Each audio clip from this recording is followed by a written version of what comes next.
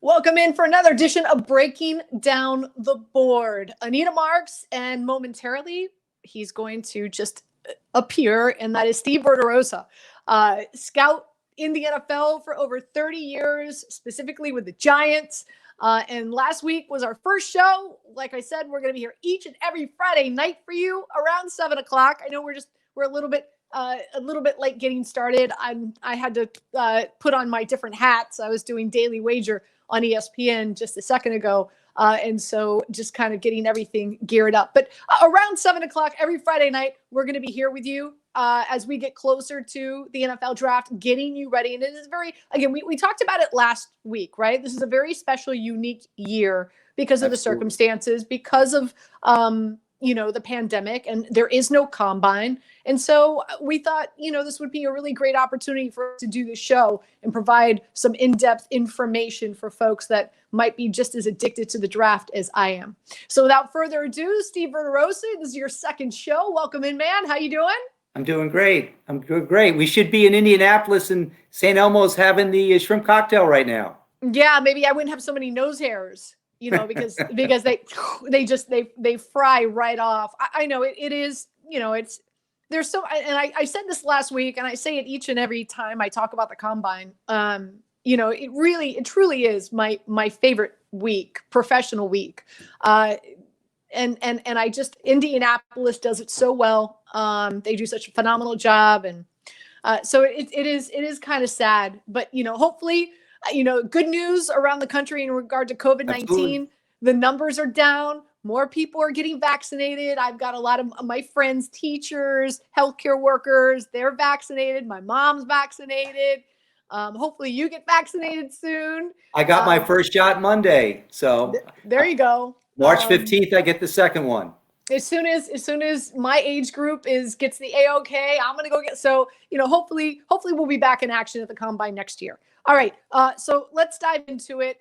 Last week we talked about quarterbacks. If you missed that show, by the way, it's live and breathing on all things digital and social media on all of our accounts, mine, Steve's, PFN 365. So if you missed that show, I highly recommend you go back and watch it. Steve did an excellent job breaking down quarterbacks. This week we're going to focus in on running backs. Okay, so we're going to break down possibly, I want to say 6 or 7 of the top running backs that can go anywhere in the draft. I know there's not a lot of hefty expectations for many of them to go in the first round, but nonetheless, we're going to break them down for you. We will answer questions. So at any point in time during the show, if you've got a question, post it on our message board. Brett, our producer, is monitoring the message board. And so towards the end of the show, he will present those questions for us and we'll answer them to the best of our ability. Steve, before we look forward to the running backs who we're going to break down tonight, let's look back. And I'd like to do this each and every week because as we get closer to the draft, right, there's going to be more news. That's out there and more talk and more speculation, especially centering around the quarterbacks. And Mel Kiper, his mock draft 2.0 came out this week. And just to share with you some of the changes in regard to what he's expecting, because we all know, with all due respect, Mel Kiper, Todd McShay, these guys, the best in the business. He's got Atlanta trading up with the Jets to go get Zach Wilson. He's got the Jets at 4 taking Kyle Pitts. So either, of course, that means they're trading for a different quarterback or they're going to stick with Sam Darnold. At number 7, he's got the 49ers trading up with the Detroit Lions and taking Justin Fields. He's got Mac Jones at 8 going to the Carolina Panthers. And now here's where it really gets interesting, because I feel that this is the wild card in it all. And he's got the Patriots moving up and trading with the Denver Broncos to take Trey Lance at 9. The Patriots. And, we talked about these quarterbacks. The only one that you have graded that is deserving of a first-round draft pick is Trevor Lawrence. And we're all expecting him, of course, to go to the Jacksonville Jaguars. But I'm curious to get your thoughts. There's obviously still a lot of buzz about Trey Lance. Yes, there is. More than I can fathom. Okay. Again, and you know, I didn't even talk about this last week, but this kid, all right, and obviously when you watch the tape, his athleticism is really good. I mean, you can see that, and he's big and he's strong and he's fast. This kid never played from behind in all those games that he's played in, and only twice in his very brief college career did he throw the ball 30 times. Twice. All right. He averages 18 throws a game. So again, we talked about it last week, and we'll talk about it throughout this show as we get closer to the draft. The higher rounds, first, second, third round, you always talk about why will the guy fail? Well, this guy's never faced adversity. He's never played against top competition. He's never had to play from behind. He's never had to throw the ball 30 plus times to win a game. So this guy, to me, has a lot of negatives despite his strong critical factors, his athleticism, his leadership, his size, his strength, those things that we talked about that every position has to have. So for me, you know, we're doing the running backs this week, and we're going to talk about two young men from University of North Carolina. Well, this Trey Lance phenomenon. So I'm watching those running backs, and I'm looking at the quarterback at North Carolina who stepped on the field as a true freshman in 2019. He's played 2 years at a Power 5 school. He's a little bigger, faster, more mobile, and a better arm than Baker Mayfield. Built like him, sturdy, stout, 6'2", 220. He's thrown 68 touchdown passes with 14 interceptions in 2 years at a Power 5 school. He's played from behind, played against the best competition.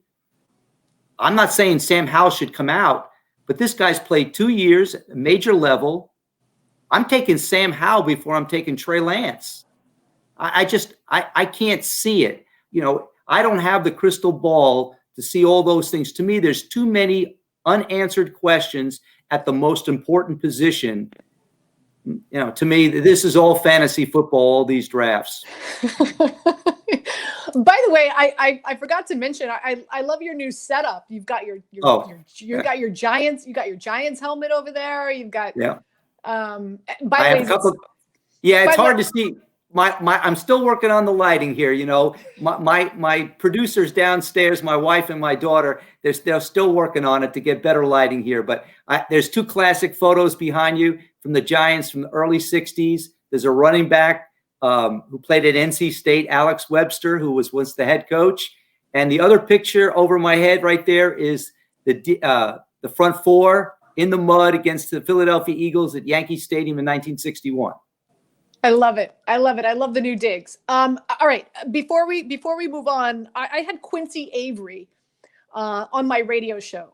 Well, actually, I recorded an interview with him today. It's going to air later on tonight. I'm on ESPN Radio from 10 to midnight, weekend wager show. And so I thought it'd be great to have, because now, you know, Steve, you could wager on a lot of things pertaining to the draft, right? Like how many quarterbacks are going to go in the first round, who's going to be the second quarterback take, and all these, right? So, and Quincy Avery is one of those quarterback gurus, right? Like he's, you know, he worked with Deshaun Watson before the combine, and he still works with Deshaun Watson.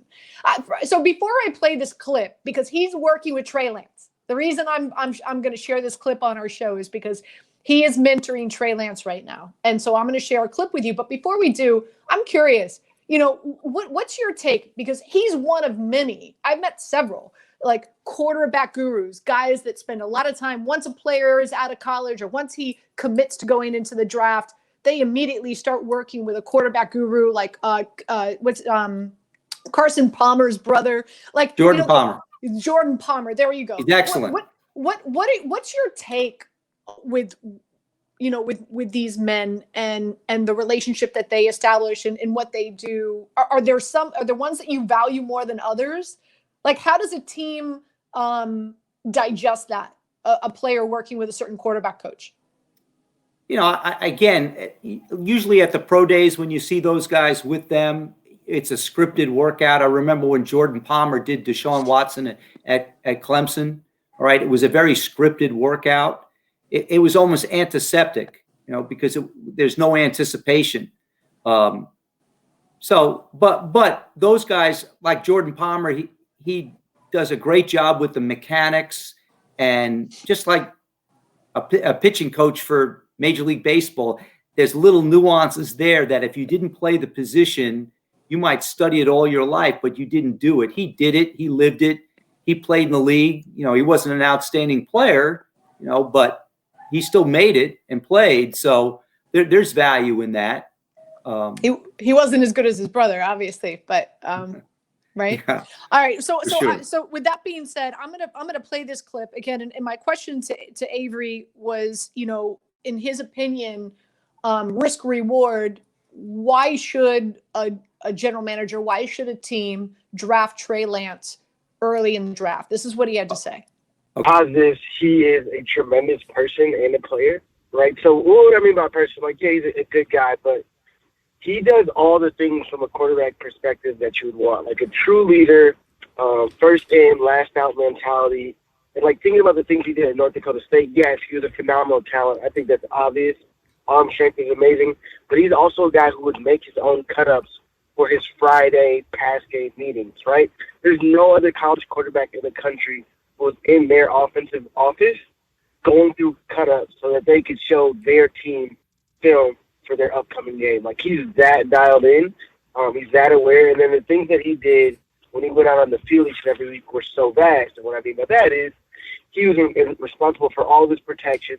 Oftentimes, the coaching staff would give him full autonomy there. They'll give him a part of a concept and have him figure out the remainder of the concept. So mentally, he's super sharp. Like, everything that he does screams to me NFL quarterback. Unfortunately, because of technical difficulties, I couldn't hear what he had to say. I heard it all. But I asked the question. So and I know that his response was all about his personality traits. And so based on what Quincy Avery had to say about him, granted, no combine, a lot of missed opportunity to be with a young man one-on-one, to quote unquote fall in love with a player. So what are your thoughts on Quincy's comments, Steve? Okay, everything that he said, I don't doubt that that's what the kid does, but that does not make that kid unique from just about every other quarterback that I've done in the last top quarterback that I've done in the last 25, 30 years. Not any different than Daniel Jones, not any different than Eli Manning, not any different than Deshaun Watson, all right, or Russell Wilson, any of those guys. Everything he's talking about, those guys did it, and they all did it at a better level. And those other things that I talked about, tell me about that. Again, why will this guy fail? He's never played from behind. He played at a lower level of comp. He doesn't throw the ball. He hasn't faced adversity. For years, Florida State and Florida and Miami, those three schools had it going for a long time. Burned the bulbs out on scoreboards with all the points that they scored. And none of the quarterbacks that they had played for them did well in the NFL because they never faced adversity. When you're up 42-0 at halftime, it's kind of hard. It's not like playing at Duke. It's not like playing at NC State that put out a lot of quarterbacks, or other schools that have to struggle week in and week out to make their way. I think that does a lot to harden a player and make that guy battle tested. I'm not discounting anything that this young coach said about this kid. I'm sure it's all true. But again, that does not make him unique, certainly not in the quarterback room. Again, before we start breaking down running backs, and of course, we're going to find out your analysis. Like, what characteristics, what do you deem is important in evaluating running backs. But before we do, I want to have the conversation with you in regard to teams and organizations drafting the best player on the board as opposed to drafting for need. And listen, a lot of these mock drafts we see, whether it's Mel's or, there's a million out there. A lot of times the expectation or the analysis or putting that draft board together or that mock board together is anticipating what that team needs. So I guess my first question to you is, what do you feel the percentage is of teams out there? I know the Giants, who you were with for over 30 years. I know their philosophy. I worked with their broadcasting team. I know the Giants draft best player on the board, period. But what would you say out of all the 32 teams, Steve, what would you say that percentage is? Teams that draft best player, teams that draft for need?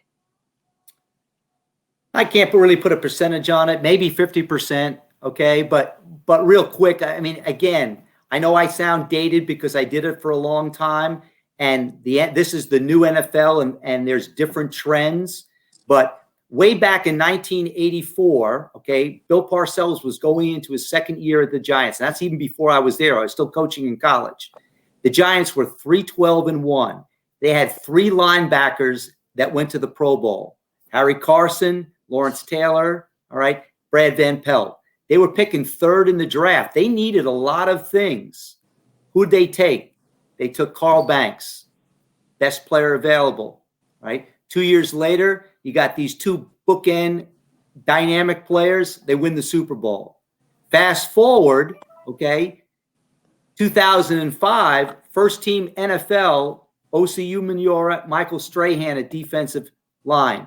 Both got hurt that year, and we drafted in 2005 Justin Tuck.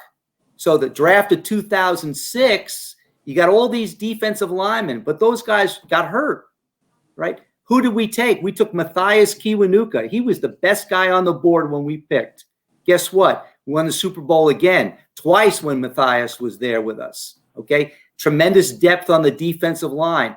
I firmly believed that you take the best player, because if you grasp at a guy, if you're grasping for, we need a tackle, we need a linebacker, all right, to fit our team. Well, things change from year to year. How many times do they say, well, this year's schedule is a lot stronger or weaker than the year before? Well, that's really not true, because every team changes every year. Hardly your roster used to hardly change before free agency. So now you have the draft, the salary cap, and free agency. It's not uncommon for a team to change more than 33% from year to year. In some cases, 50% your roster overturned. So your team from the previous year is totally different than the next year. So to me, you should always take the best player. You know, God forbid your player can get hit in a car crash and not be ready to play. So they try to stockpile players at certain places, okay, or count on a guy for years to years. I don't think that's the way to go. It's really fascinating, and really quick again before we start breaking down running backs. I'll share a story with you, and it's the difference between the Giants and the let's go Denver Broncos. I mean, reports are that in Denver, there's not very many people in the room, right? It's Elway and I guess whoever leads his scouting department. Meanwhile, I covered the Ravens for 4 years. When the Ravens were contemplating drafting Joe Flacco, they had reached out to Atlanta. They wanted to make the trade with Atlanta because Steve Bisciotti had fallen in love with Matt Ryan. But from what I understand, again, nothing confirmed, these were the reports, is that Atlanta wanted to switch the pick, and also they wanted Suggs, Terrell Suggs, in the mix. And the Ravens weren't willing to give Suggs up at that point. So, they're all in the room. And at that point in time, Hugh Jackson was the quarterback coach. And so they're in the room, they're talking, and Steve Bisciotti wanted to hear from everybody. He wanted advice from everyone. He wanted opinion from everyone. And he said, Hugh, what's your take? And Hugh said, I know you're in love with the guy because when Matt Ryan walks into a room, he commands the room, where Joe Flacco walks into a room and it's kind of like, oh, shucks, and he stands in the corner by himself and no one really notices him. But Joe Flacco's got a better arm than Matt Ryan. Joe Flacco can make all the throws. I would trade down and go for Joe Flacco. Ravens ended up trading down, then they ended up trading up. Apparently, reports are that Bill Parcells tore the phone out of the wall at the Dolphins facility when he had heard that apparently Parcells wanted Flacco. But nonetheless, I just shared the story just to say there's everybody does it differently, right? Like some Mhm. some organizations, it's everybody has an opinion. Everybody has a say. The general manager, the owner, they want to hear from everyone. And then of course other organizations are like just 2 or 3 people make a decision. Yeah, I was very fortunate. I was very fortunate with the Giants. They paid you for your opinion. They wanted it. You got to love that. All right. Let's get to our running backs. Let's start with this. Break down for us when you're evaluating running backs, you're going to universities, you're checking them out, you're watching them on film. What are you looking for? What matters most? Well, again, we talked last week. We started off when we were going to go every position. The critical factors don't change for any position. They're always the same. Okay, so there they are. All right. And then we have the individual specifics for each position, which do change. All right. So obviously, when you're looking at a running back, for me, the first thing obviously is his physical skill. All right. But really, in the critical factors, the toughness and the durability, because your value is based on your availability. If you're going to be the guy to lug the rock, if you're going to be the guy with a 4-minute offense to close the game out, you got to be there. And to me, that's really, really important. Obviously, you want guys that have initial quickness and the natural run vision and instincts to run with some ability to get outside and have the speed to maybe go the distance. In today's game, you got to be able to catch the football and be a viable running back out of the backfield to catch the ball. The big thing is pass protection, which they all fall short of, even the big guys. Derrick Henry is not very good at that at the NFL level, and he's as big as linemen. All right. Do you think really quick, Steve, do you think that's a millennial thing? Because listen, and not to date myself, but like, I remember, Willis McGahee, for example, right? I covered him at the University of Miami, and then our paths reconnected when he came and he was playing for the Ravens. That's a running back. Even Edgerrin James. Like, these are running backs that prided themselves. Like they took pride in helping out with pass protection, right? They spent extra time watching film and anticipating blitz packages because they love the contact. They couldn't wait to get you have to. I think if you're like a tight end or you're a running back, like you have to like take pride in that. You have to want to have that physicality. And for some reason, they're few and far between now. Like you don't see it. One of my all-time favorite players to scout from the University of Georgia was Garrison Hurst.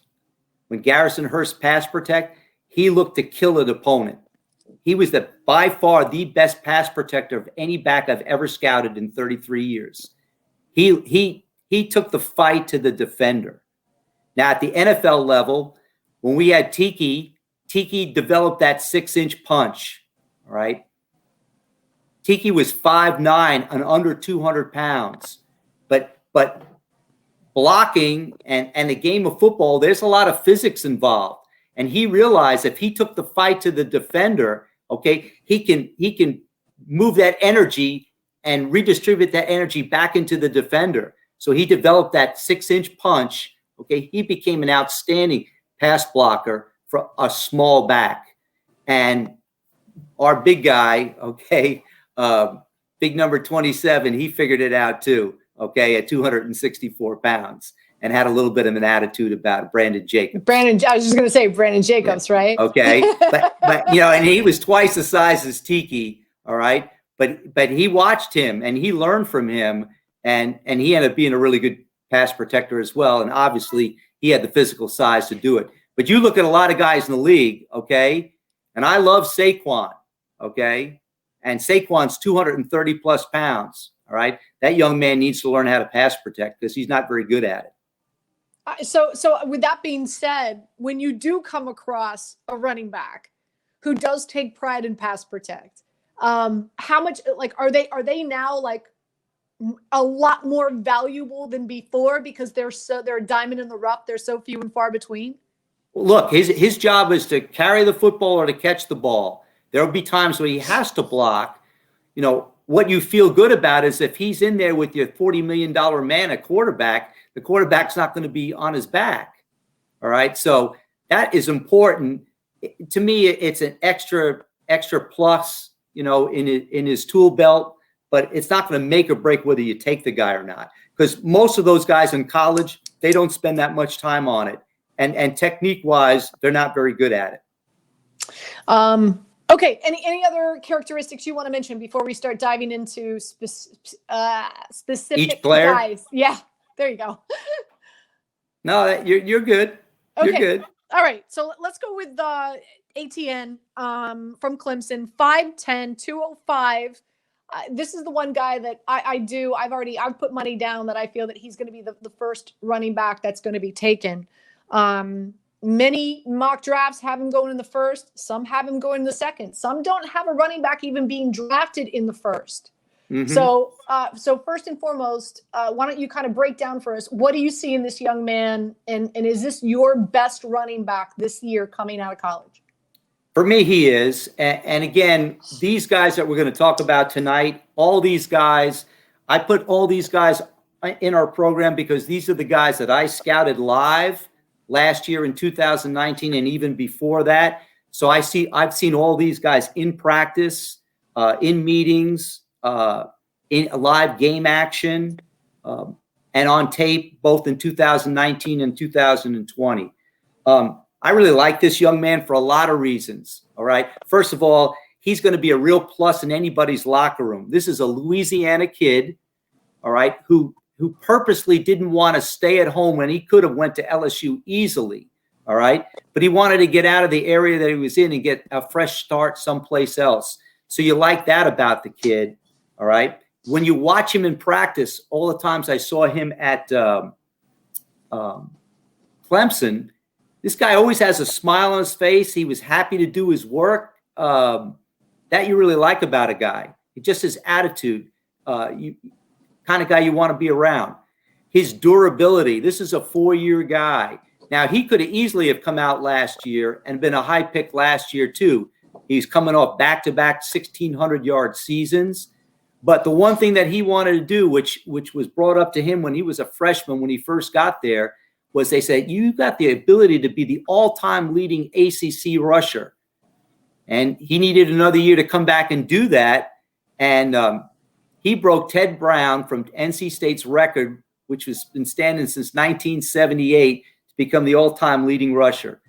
To me, he's got all the physical skills. He weighed 212 pounds on the scale for me when I was there last year.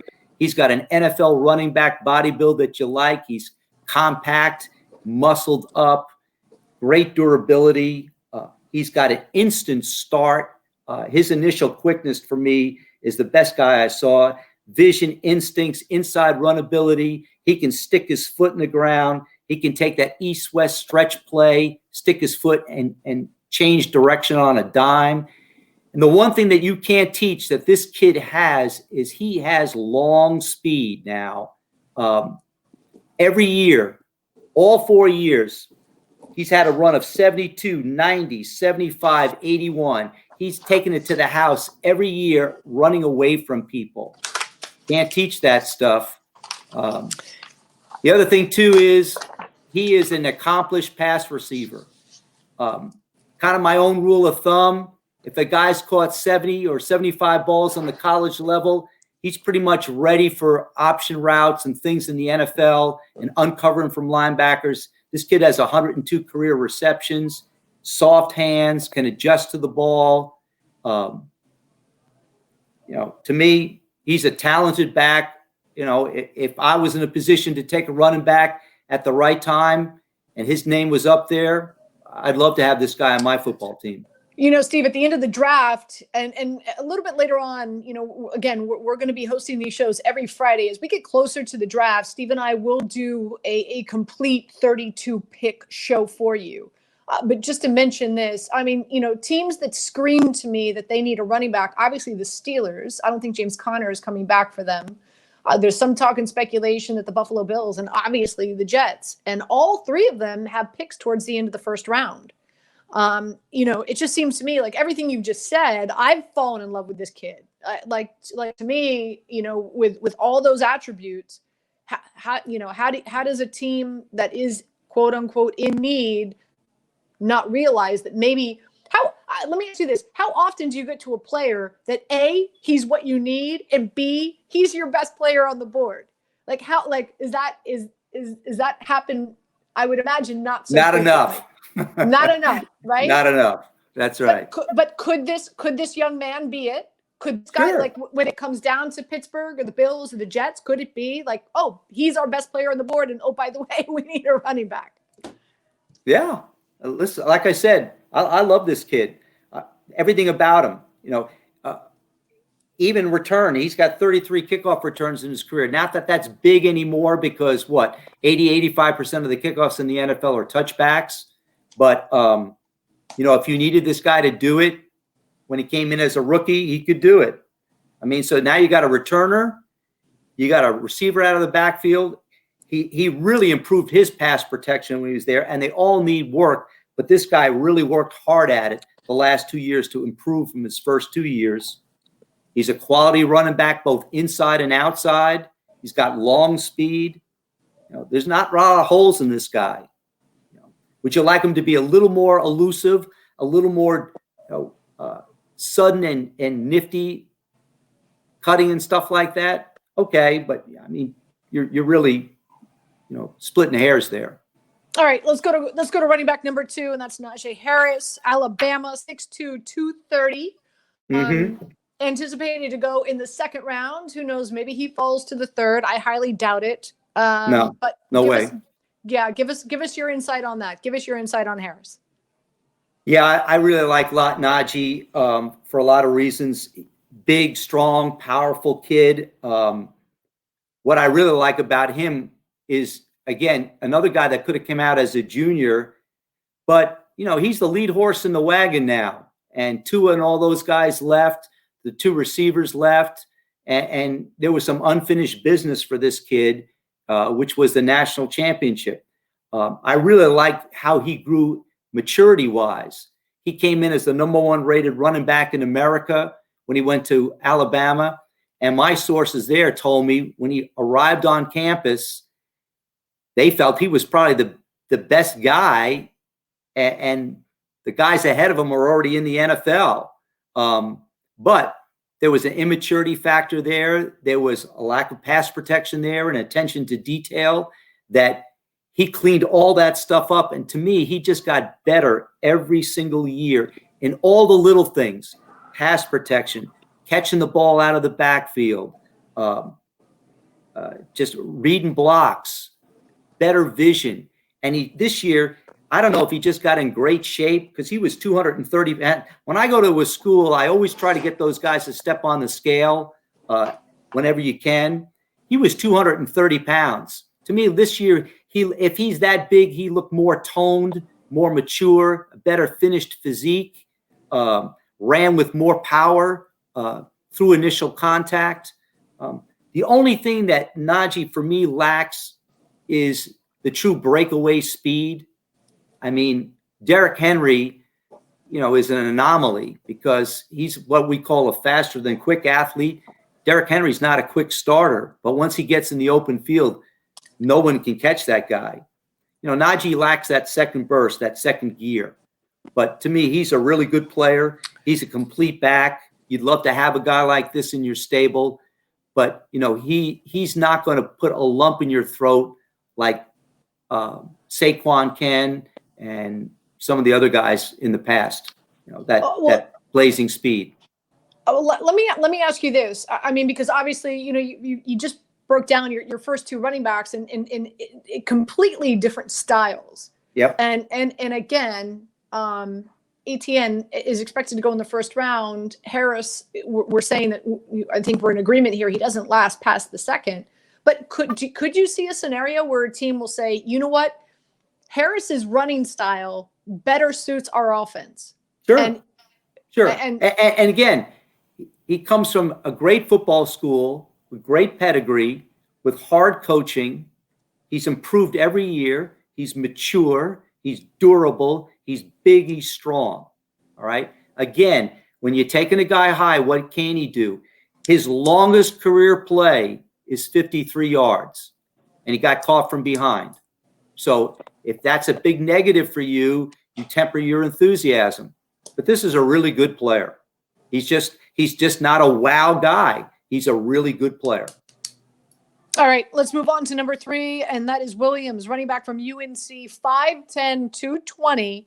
And expectations for him is to go somewhere in the 2nd or 3rd round as well. Break this guy down for us, Steve.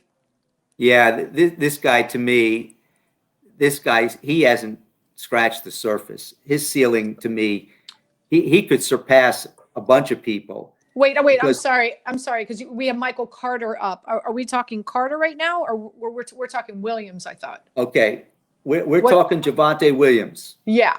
So sorry, Brett. I know we've got 2 UNC running backs, so yeah. That's probably why. Okay, so go ahead. I just wanted to clarify. We're talking about That's all right. Go ahead. Right. Hey, this kid had a monster year. 1,140 yards. He had 19 touchdowns, 7.3 yards a carry. This was his first year. Really, he was good the year before.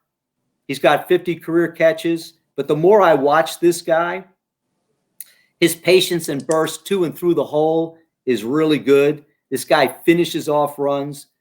But for me, this guy's contact balance is outstanding. This is another great kid. He's got a high GPA. He's a 3.2 or a 3.3 GPA. Comes from a really good family. He's durable. He's tough. He's smart. This guy's aware in the passing game as far as picking up the blitz. He looks to help out. But the contact balance for this guy, I mean, if somebody wants to watch this guy, put the Boston College game on. It's unbelievable. I mean, he breaks so many tackles in that game. You're not going to get this guy down.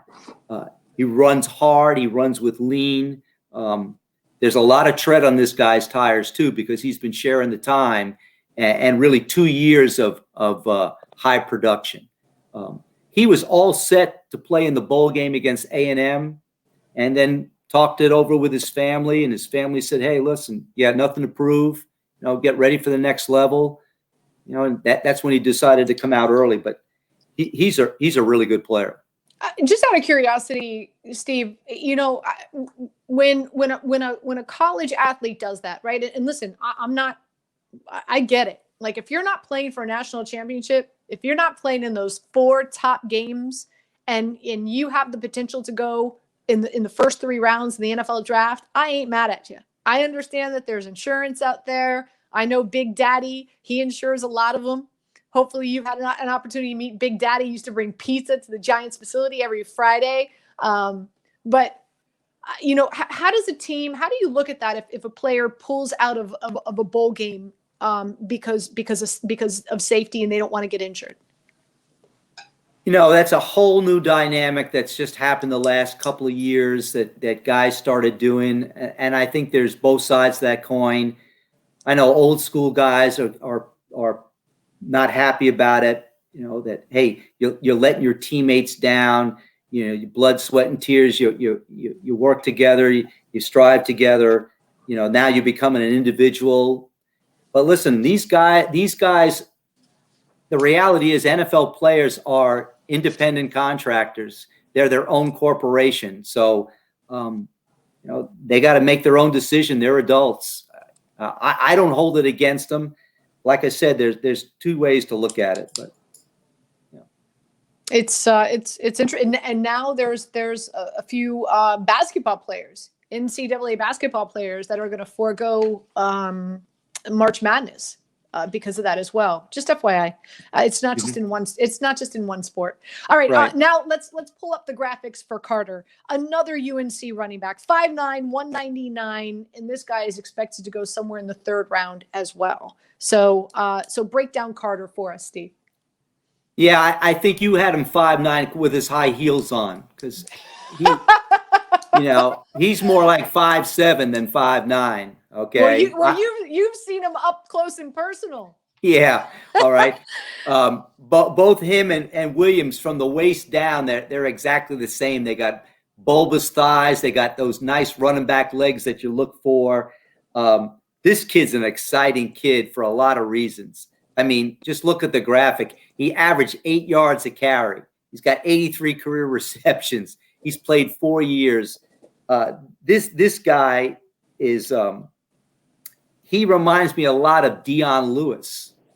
Really, really quick feet, really nifty in the hole. He can start and stop and restart quickly. He's got speed, quickness. You just temper your enthusiasm because he's a little guy. Now put the Miami game on. He rushed 24 attempts for 308 yards, and he made a bunch of guys miss, and he ran over a couple of those guys. The night they played the Hurricanes were 10th in the country and had a pretty good defense with a bunch of guys on it that are going to go to the next level, and they got lit up by UNC. This guy's a strong leader in the locker room. He's got a voice, which you like. He doesn't project it unless it needs to be projected, from what the people told me there that I know really well. But he's a guy that his teammates like to be around. And those are the kind of guys that you want on your football team. So all the personal stuff with this guy is off the charts too. He's a Florida kid. He could have went to an SEC school. He got injured in high school, and some of the SEC teams came off him. And that's how UNC got him. But he's been nothing but a really good player for them for 4 years. Steady, good receiver out of the backfield. You just temper your enthusiasm for a guy because he's not big. And that pass protection issue is always going to happen because you're not going to always be able to get 5 guys out in the route.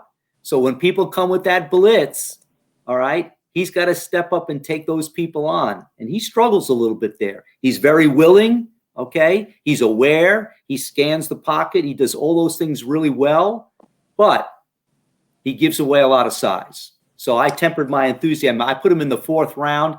If he goes higher than that, I wouldn't be surprised because he's got a lot of run and receiving skills, but the size tempers my enthusiasm. You know, one common denominator that I'm hearing from you when you talk about all the positives for these guys is character. And I know character is a really important box to check when it comes to the Giants and how the Giants draft. But that's not necessarily the case for all 32 teams, right? Like, you know, and I think it's more than just the history of the Giants and the Mara family and their values and what, you know, a lot of it has to do with the fact that, you know, it's hard to be a professional athlete in New York City. It's hard to play for not just the Giants, but the Jets and the Yankees and the Mets. It's hard. You know, I think when you come to New York as a professional athlete, I think you need to have a certain set of characteristics.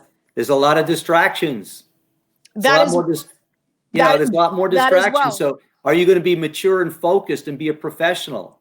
But listen, in any walk of life, when you go to the gas station, when you go to the dry cleaner, when you go to the supermarket, you like to be around people that are nice to you, that you like, that exude a certain warmth.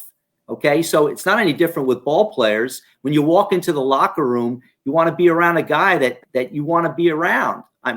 I should articulate that a little better. No, we understand. We understand what you're saying. I guess here's my follow-up question to that. Okay. And that is, do the draft is happening, do teams know the other teams that will or won't take a guy because of character, right? Like there's some teams that like, you know what, not the best character, but dude can ball. We want him on this. We're going to draft him. Where other teams, let's say like the Giants, will be like, we're going to have to pass. And probably majority of teams in the NFL know that character matters a lot to the Giants organization. Is that something that I know you don't like to call them war rooms, but is that something that war rooms take into consideration? Is knowing the draft history of? I think more than ever before because of social media. You're in everybody else's living room all the time. So you know everything. These guys Twitter stuff out. They put stuff on their Facebook. High school kids do it. A lot of the college coaches I know, they're on Facebook all the time looking at what these kids are putting out there to get a feel for the guy before they ever try to recruit them.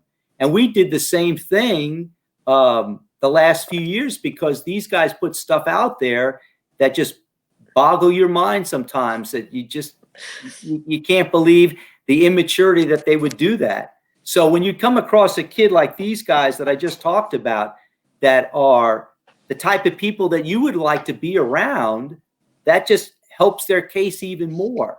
Now, obviously, if we were talking about a young man that has great ability, all right, that is a subject character, you note it, but, and as hard as it sounds, you always try to separate it.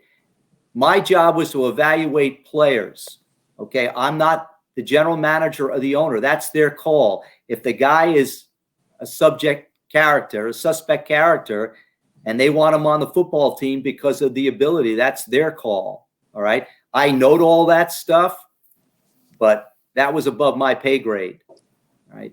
You have your input, but, and there was guys sometimes that, you wouldn't touch with a 10-foot pole, but, and they're in the league, hey, look, that little guy on Kansas City is the fastest guy in the league. There's a reason why he lasted where he lasted in the draft, because he had some suspect things about his character. That's for sure. All right. So, and of course we're talking about Tyreek Hill. Yeah. So do teams, well, I try not to mention their names. So do teams take that into consideration? Sure they do. All right. Do some teams take it in more than others? Yeah, they do. And I know we did. It was very important to us because look, the New York media can be, brutal. I know. I'm one of them. Let's move on to our next running back, and that's is it Kylin Hill? Am I pronouncing that properly? Kylin Hill from Mississippi State, 5'11", 215, anticipated to go somewhere in the 5th round. A, do you agree with that? And B, break it down for us.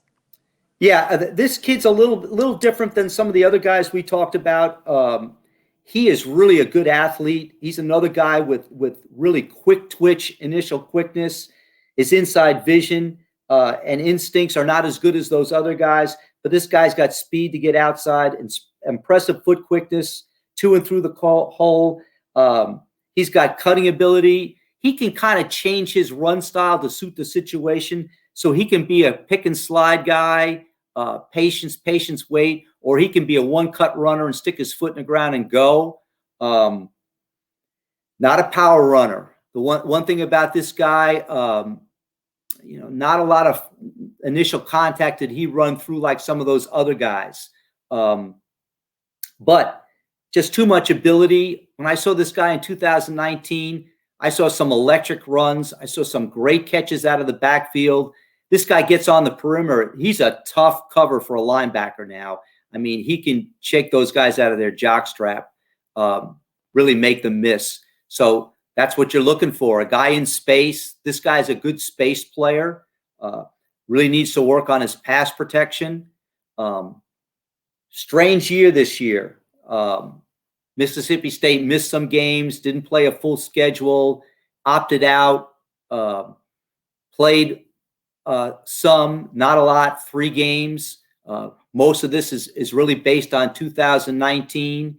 But as you can see in the minimal games that he played this year, 23 receptions for over a 10-yard average. Like I said, this guy gets out on the perimeter. He's pretty good. Needs some work. But again, I limited to the guys that I saw live in a lot of different exposures. And Kylin Hill is the guy that's going to make somebody's roster. He'll be in their running back stable. And like I said, has the skills out of the backfield that you like. Really a good space player. And I'm filling in real quick because we lost Anita's connection temporarily. I'm sure she'll join us back in a second. But until then, I'll carry us through here, Steve. I know I'm not as great as Anita is.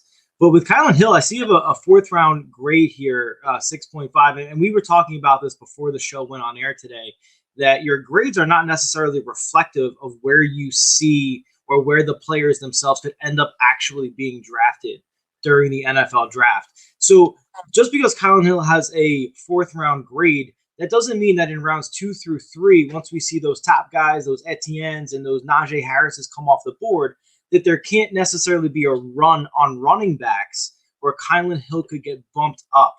Can you talk to us about the process of a team experiencing a run on a position during the draft and how they go about working through that? Sure. So again, we're getting into the pro day season, which is coming up in March for most of the major colleges. So, Kylin Hill goes to the Mississippi State Pro Day, and let's say he blows it out and runs 4.48 or some really fast time, and short shuttle time is off the board. And all that does is just reestablish or reconfirm what people saw on tape when this guy was completely healthy in 2019. All right. Then you're in a situation on the draft board where the running backs are gone. There's very few left up there. This guy fits your style of offense. He fits a need. Hey, maybe we take him a little earlier than we want, but we still feel it's good value. Those things happen all the time.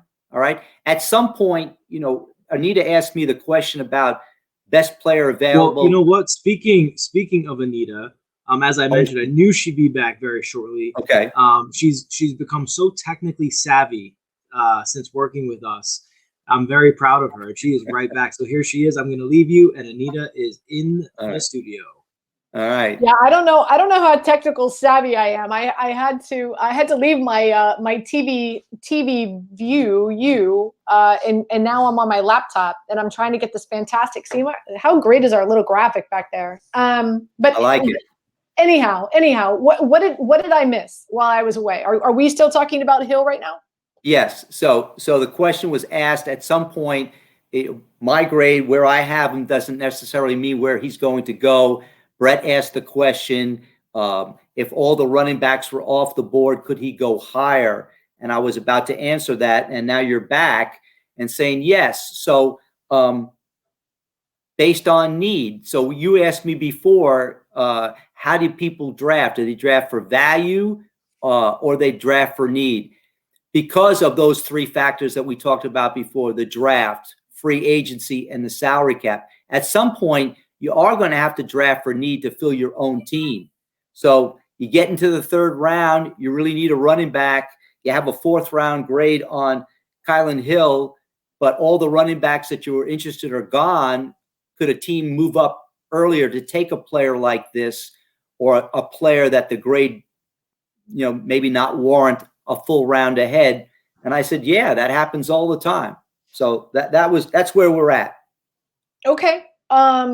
Are we ready to move on to Elijah Mitchell from Louisiana Lafayette? 5'1", 218. 5'1", 5'10", 5'10". I'm sorry. 5'10", 218.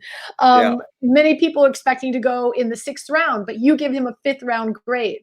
Right. I like this kid, and again, I prefaced it in the beginning. These were kids that I all scouted live. Saw them in practice, talked to them at the facility, watched them work out, saw them play live in a game.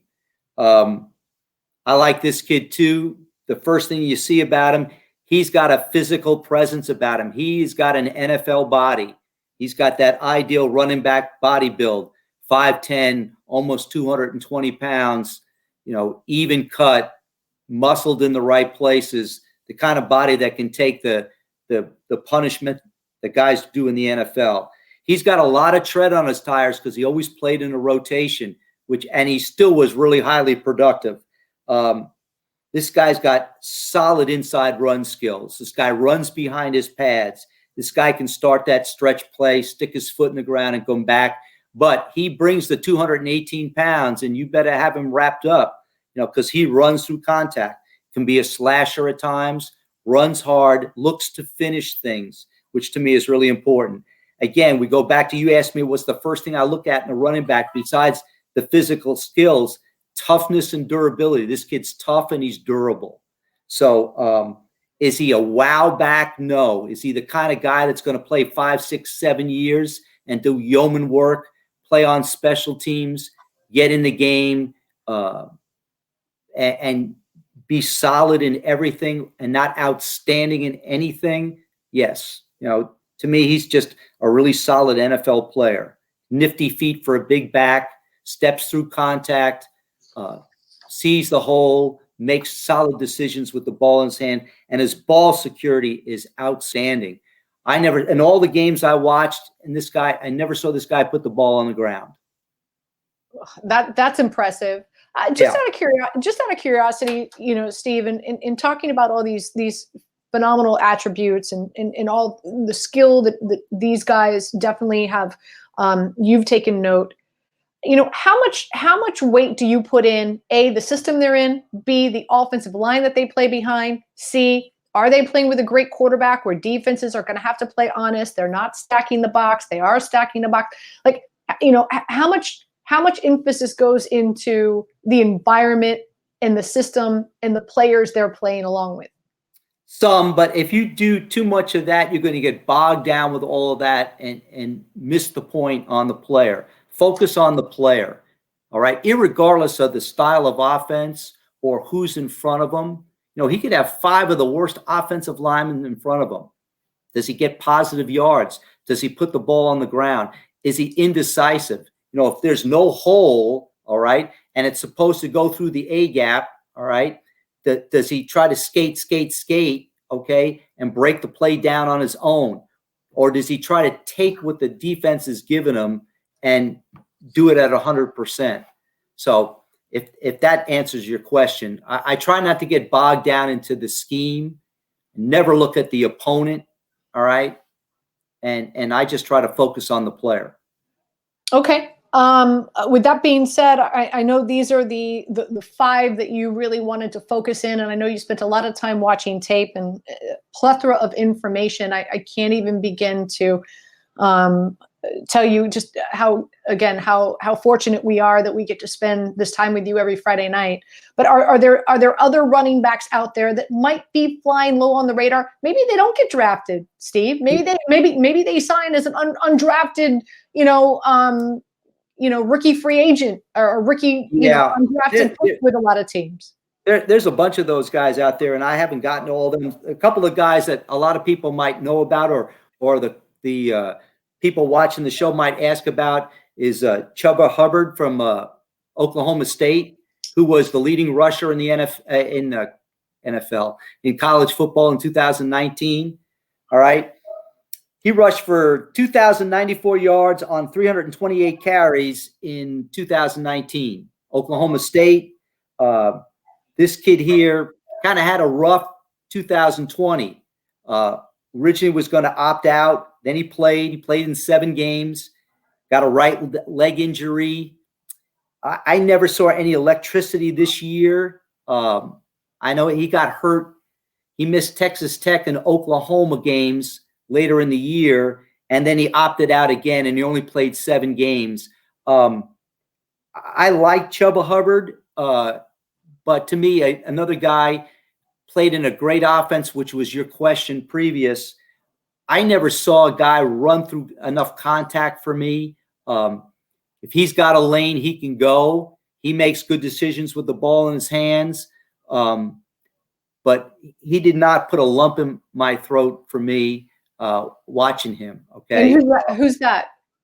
Chuba Hubbard. Oh, Chuba Hubbard. Okay. Okay. I can put a grade on him as we go further down the line. I kind of reserved it today because I did all that work today on him. The other one is Trey Sermon from Ohio State.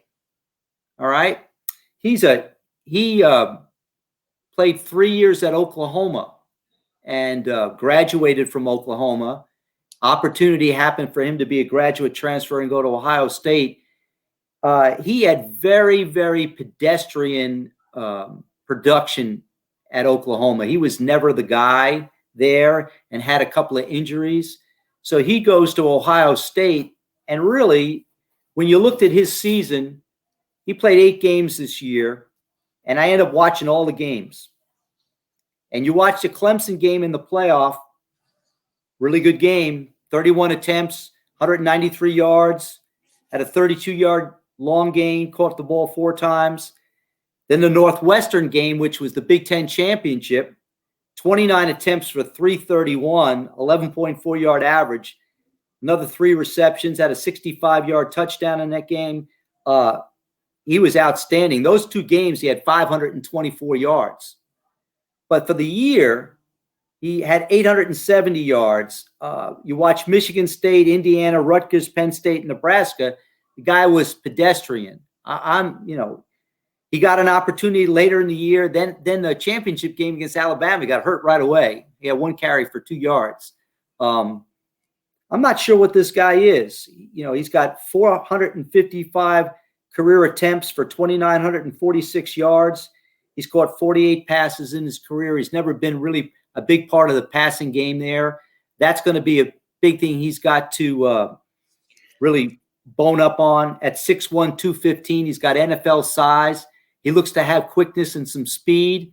But the lack of durability, the lack of consistency, pass protection, and catching the ball out of the backfield, he's still a work in progress for me. So he's a big name that people will know about because of the college playoff and down the stretch.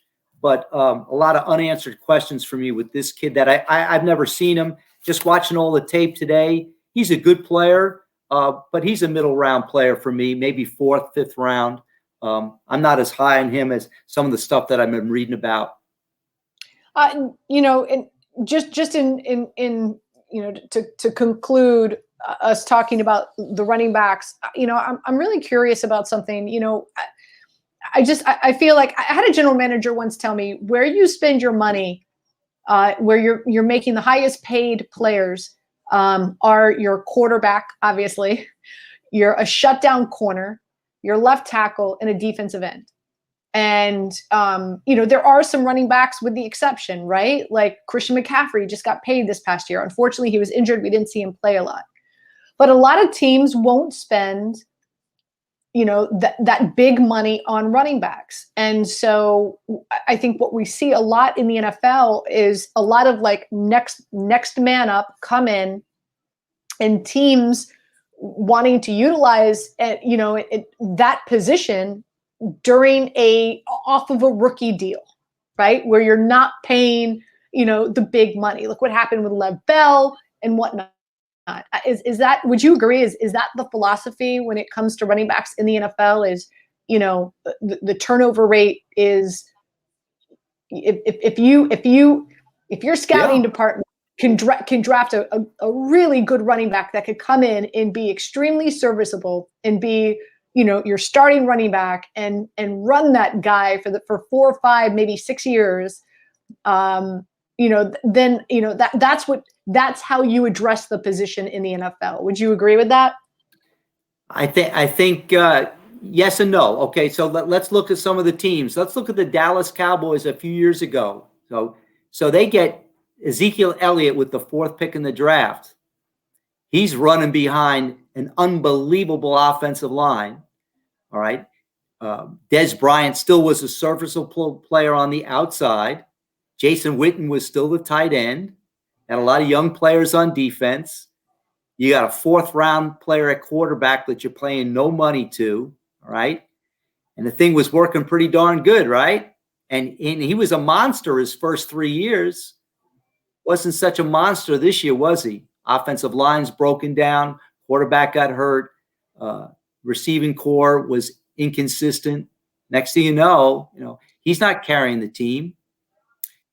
Offensive football in the NFL is a real synergy thing. I mean, you got to have all the parts, and all the parts don't have to be premier. I mean, one year with the Giants, we had Brandon Jacobs, a 4th round pick. All right. Ahmad Bradshaw, a 7th round pick. Okay. Right. And Derek Ward was a free agent.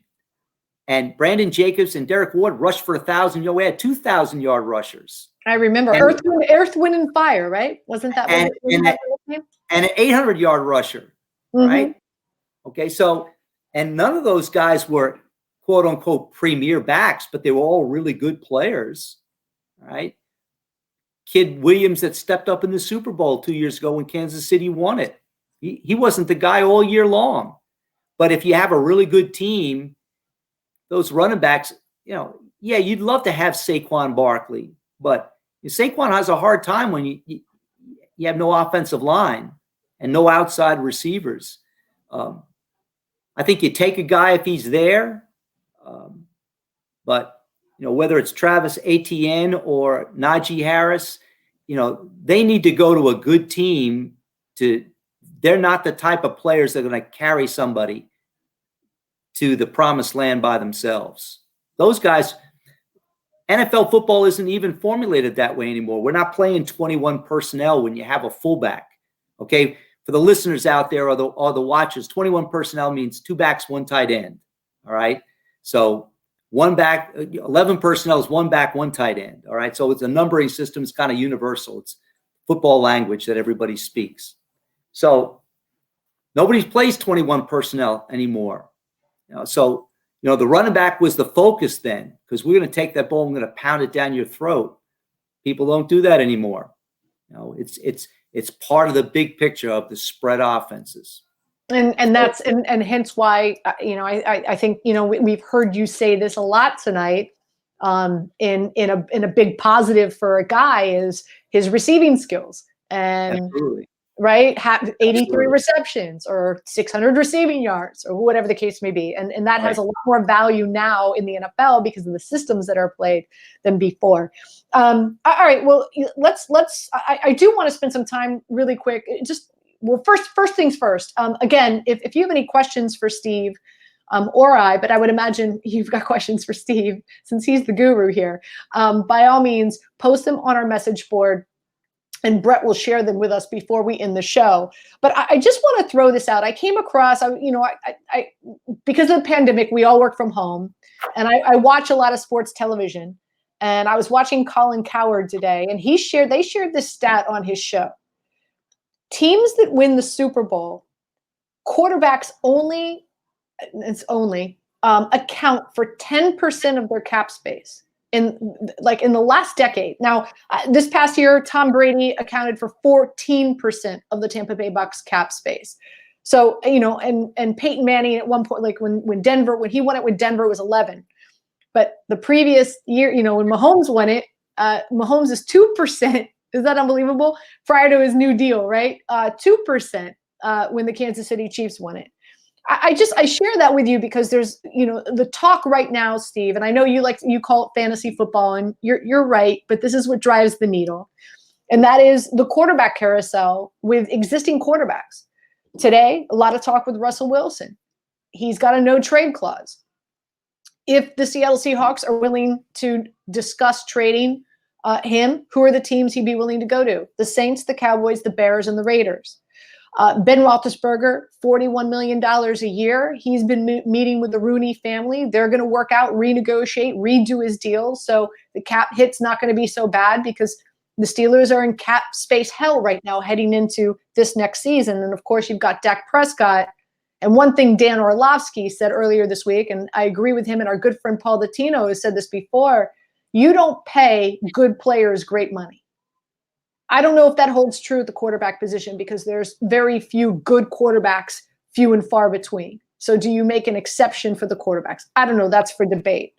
But I wanted to share that. I just trying to, I'd like to get your thoughts in regard to, the state of the NFL and the quarterback situation. And I mean, Steve, we could be on the precipice of possibly maybe half of the league's quarterback changes where 15 of, let's say, 32 teams, if not more, are going to have different quarterbacks at the helm next season.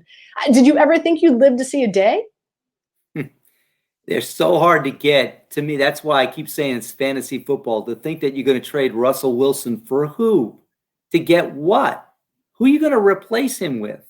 Okay? Even the Atlanta Falcons are picking what, in the top 4? Okay? You're going to replace Matt Ryan's not done. Okay. So you're going to take Justin Fields or another young man to replace Matt Ryan. You're not going to pick 4th and have that guy sit. So that means Matt Ryan's done. To me, that boggles my mind. And as far as that 10% cap number, that's misleading, because when Russell Wilson won it, he was on his first deal. You mentioned Mahomes, he was on his first deal. All right. When Peyton Manning won it, he was on his last deal, so he wasn't making his big money. So, that's a little bit skewed, because when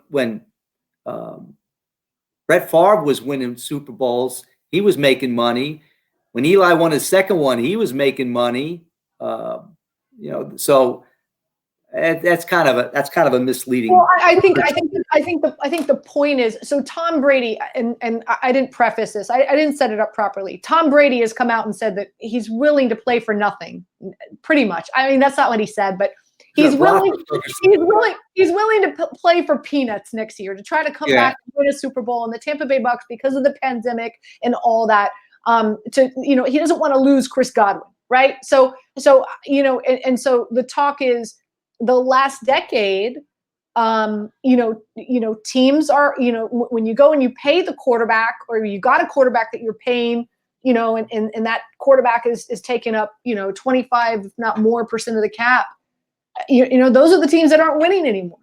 And so as of late, so that was the topic of conversation. I thought it was interesting, especially where we are right now. Yeah, but it's a catch-22, Matt Ryan or any of these guys, they get through their first contract, they get to that second one, and they're in the prime of their life, but maybe the team around them isn't that good. But you got to pay those guys if you want to keep that guy. So it's hard on teams, but if you're fortunate enough to win it when your quarterback's on his first contract, then God bless you. That's the magic pill, right? That's the secret sauce. Is to be able to do that. All right, let's bring in Brett, our producer. Brett, welcome in. Hi, good evening. Hello. Hi. So let's end with some questions from our message board. Yes, we have 4 good ones. Okay. One of them is a comment, but I do want to get your thoughts on it, because I know you were working with the Giants. Anita, you brought up how Bill Parcells was fuming mad he couldn't get his hands on Joe Flacco, and this is that draft. And there's this prevailing thought that Matt Ryan stinks, and that Matt Ryan has been habitually overrated throughout his career. Steve, having been with the Giants during the scouting process of these quarterbacks, what were your takes on Matt Ryan, both coming out of college and how you see him as a viable quarterback moving forward? The thing that I remember about Matt Ryan is I'm at a Thursday night game at Virginia Tech in November, cold, miserable night. Obviously, you're in the press box, so it's not bad for us. But for the players, it wasn't good. Winds blowing. If you've ever been up to Blacksburg, Virginia, it can be kind of miserable in late November. And they were down, forget it, either 10 or 12. All I know is he led them on back-to-back quarterback drives, touchdown drives, to win the game late in the fourth quarter. That's what you wanted to see. Adverse conditions, hostile environment against a really good opponent, and led his team all the way back. I said, that's why they called him Matty Ice. I thought he was a really solid prospect. What wasn't there not to like? Arm was good, had mobility, smart, great guy off the field. To me, it's easy to sling arrows at other people, but the Miami Dolphins, with the first pick in the draft, took an offensive lineman that had 2 bad shoulders and a bad knee, and was good for a year before he broke down. You had a franchise quarterback who's still playing, who's still producing at a high level, all right? And he should have been a Miami Dolphin for all intents and purposes. Oh, don't remind Dolphins fans. There's a lot of quarterbacks that should have been Dolphins. Miami struck out on Drew Brees twice. Oh, there it is. Can't bring up Miami's and without talking about Drew Brees. Oh my! All right. What's our next question? All right. So next question. That's my take on Matt Ryan. All right. Next question. This comes from our good friend over at FAN. Steve, the run game is always key. So why are fullbacks a dying breed, and how do you dig out a good one? Fullbacks, we don't get a lot of fullback love. They're like the kickers now on the roster. Yeah, you know what? I don't know the last time I scouted a fullback in college that was really an NFL prospect. You're kind of looking at linebackers or some defensive ends that maybe can go to the transition to the other side of the ball. All right. to be a human battering ram. A lot of teams don't carry them. They'll have a fourth tight end that may be that 6'2" or 6'1.5" guy with a 255-pound body, more of a fullback body build, to be that more of that move guy. But to line up in the backfield, all right, I don't like to use the phrase, but most guys call them one-trick ponies. You know, that they're there to do one thing, to block. Is he going to play on special teams? Is he going to help you there? You know, so it takes up a roster spot in these spread offenses where coaches would rather have that fourth or third tight end or an extra linebacker or a defensive player. Okay. All right. There is a prevailing thought, Steve, in this blossoming sports analytics world that we live in. And the dying phrase, like their Braveheart moments, is to say that running backs don't matter. So I'm going to pose that question to you. True or false? Running backs don't matter. That's false. That is now. Is that false? Because let's throw the ball 60 times a game. Okay, we're going to have 4 quarterbacks on our roster because they're not going to last. So do you find that running backs?